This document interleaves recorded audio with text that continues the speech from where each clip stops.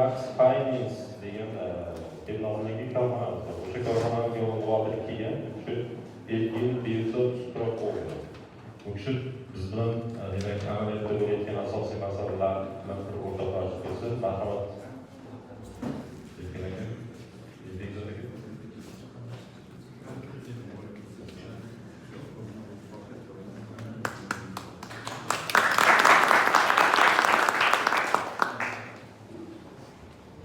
Assalomu alaykum, hurmatli yig'ilish qatnashchilari, ishtirokchilari.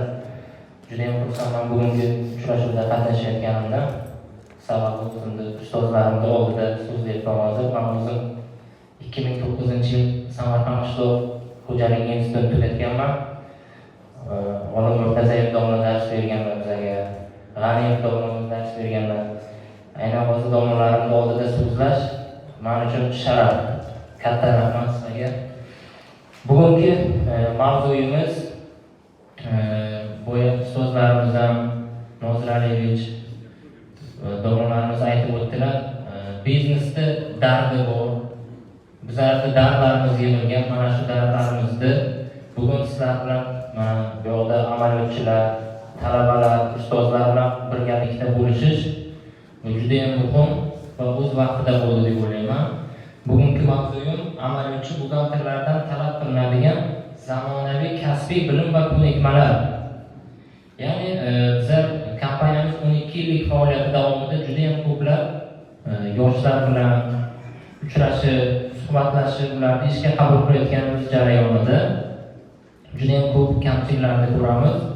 Shuning uchun ham misol uchun aytadigan bo'lsak, shu yilning o'zida yanvar oyidan may oyigacha bo'lgan davrda 200 dan ortiq ish beruvchi, ya'ni ishga qabul qilinadigan xodimlar bilan suhbat qildik. Ya'ni ularda qanaqangi kamchiliklarni ko'ryapmiz. Boya Baxtiyor aka to'g'ri aytib o'tdilar, ya'ni ularda buxgalteriyaga bo'lgan bilimni o'zi yo'q. Ya'ni nima deydi? Oliy universitetlarda iqtisodiyot bo'yicha, buxgalteriya bo'yicha tugatayotgan talaba pravodkani bilmaydi. Institutni bitirib tugatib kelyapti, lekin tushuncha yo'q. Na nazariy, na amaliy jihatda. Bu juda ham achinarli holat. Bunda barchamiz o'zimizni aybdor qilib qisqirishimiz kerak. Boya ustozimiz ham juda ham to'g'ri aytdi. Biznes vakillari chiqmayapti, institutlardan hamkorlik qilmayapti, borib o'zining dardini aytmayapti deganlardan ham bu juda ham to'g'ri tanqid bo'ldi. Biz buni qabul qilishimiz kerak. Lekin tangani faqat bir tomonini ko'rib, tangani bir tomoni faqat amaliyotchilar kelishi kerak desak, bu ham adolatdan bo'lmaydi. Bugungi kunda o'zi biznes korxonalari qanaqangi buxgalterlarni toplayapti. Kimni biz istayapmiz, kimni ko'rishda xohlayapmiz. Ular bizga kim bo'lib kelishi kerak. Shuning uchun men nima deydi? To'rtta bosqichdan iborat mana shu institut xodimlariga, institut domlalarimizga ham fikrlarimni o'rtoqlashmoqchi edimki, birinchi navbatda soha uchun zarur bo'lgan bilimlarni albatta berishimiz kerak. Bu ya'ni nimadir? Buxgalteriya hisobining milliy standartlarini bilishi kerak. Kim tugatyapti o'zi institutni? Nima uchun biz javobgarlikni o'zimiz bo'ynimizga olmayapmiz? Nima uchun biz shunchalik qo'yib yuboryapmiz?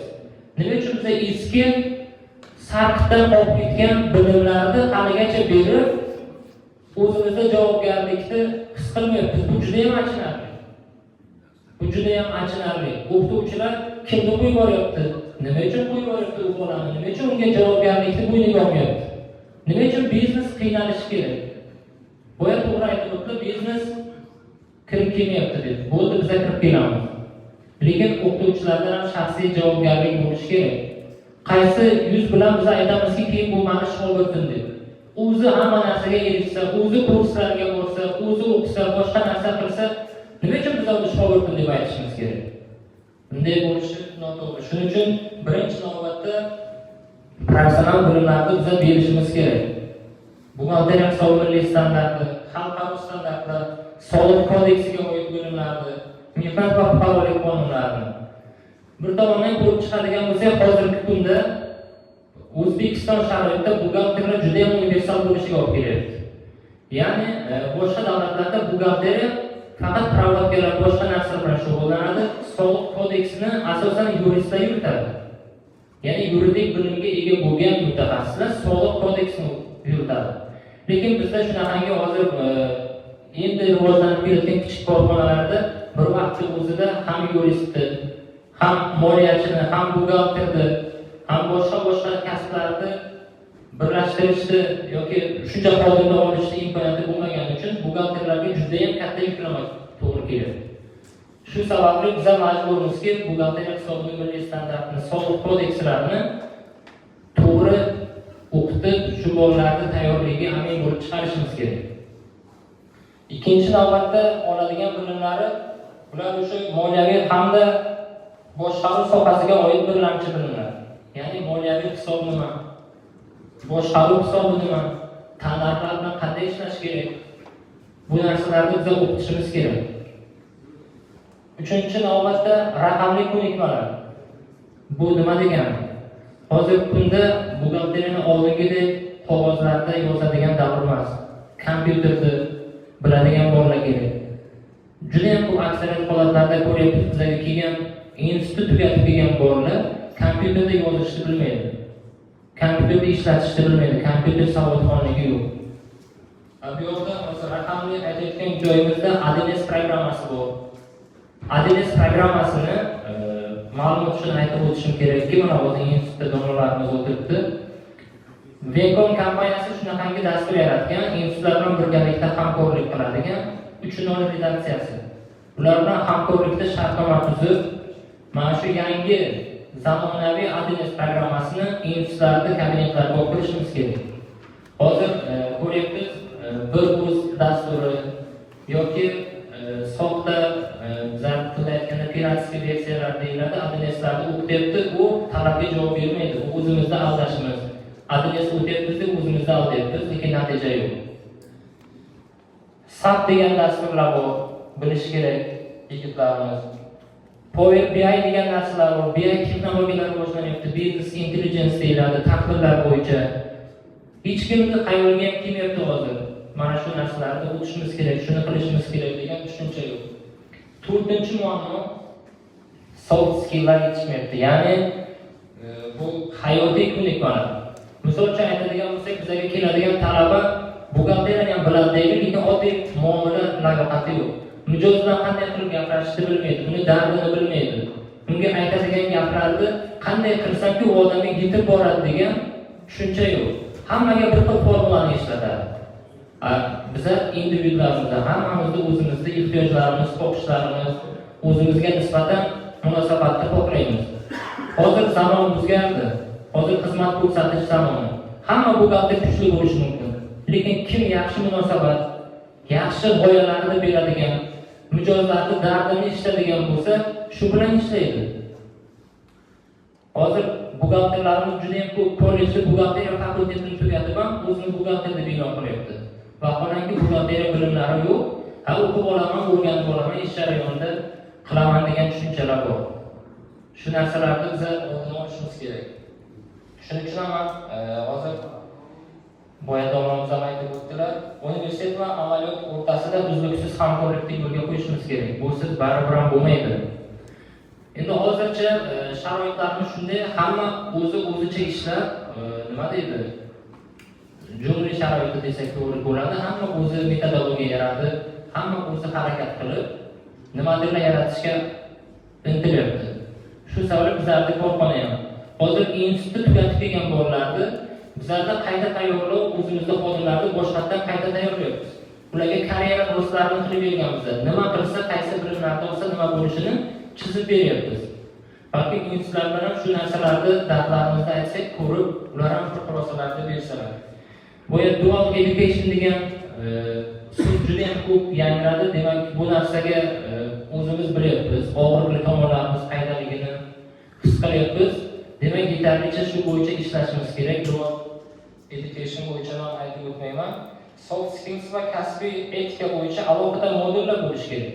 Shu bo'yicha aytib o'tganimdek, bularni buxgalteriyadan tashqari bolalarni muomalaga, fikrlashga, tanqidiy fikrlashga, tahliliy fikrlashga o'yin bilimlardan berib borishimiz kerak.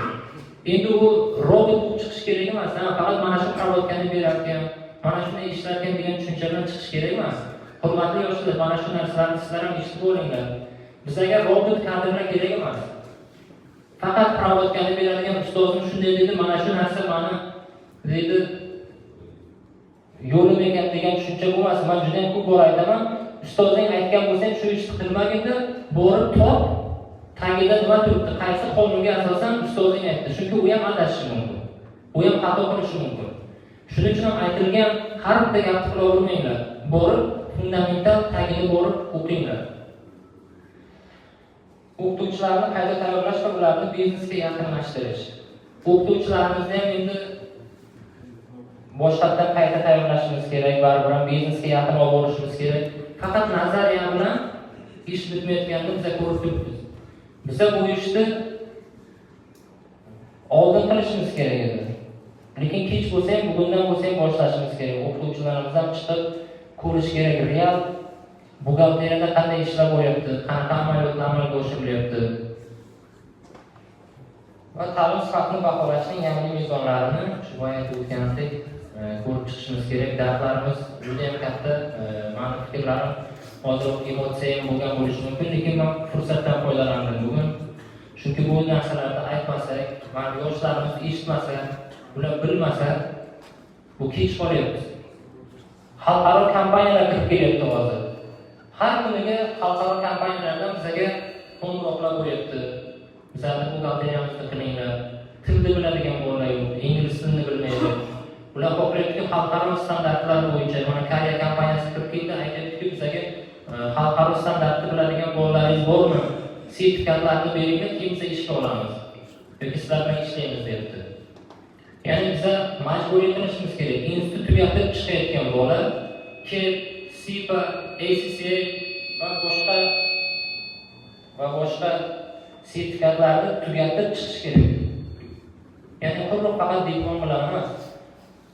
Dunyoda kasblar ko'p. Har bitta kasbda o'zini sertifikati bor. Mayli siz buxgalter bo'lmang, boshqa kasbda bo'ling, lekin o'sha kasbda albatta sertifikatni oling. Hozir institutlarda diplomiga bo'lgan ishonch yo'q. Hozir bizlar faqat nimaga ishonyapmiz? Sertifikatga ishonyapmiz. ACCA'da oldimi, demak bu bola bilimli. Aytaylikki, Samarqand Service instituti tugatib keldi, diplomi bor yoki Narxoz Xalq xo'jaligi universitetini tugatib keldi, Iqtisodiyot universitetini. Diplomi bor bo'lsa ham biz ishonmayapmiz unga. Chunki institutlarimiz o'zlarini shunaqangi rekomendatsiya, ya'ni bizga berdilar. Bu narsa nima deydi? Tanqid sifatida ko'rishimiz ham mumkin yoki bundan yechimiz va nimadir amaliy choralar ko'rishimiz ham mumkin. Hammaga katta rahmat. Sog' bo'linglar.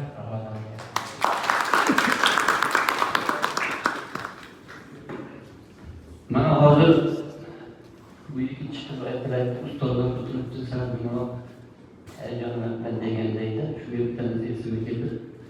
Bir ikki yil ilgari Toshkentda katta tadbirda ishtirok etganimda bir davlat arbobi mikrofonni chiqqandan keyin bir vaqtlar minbarga chiqsa qatrab chiqardi.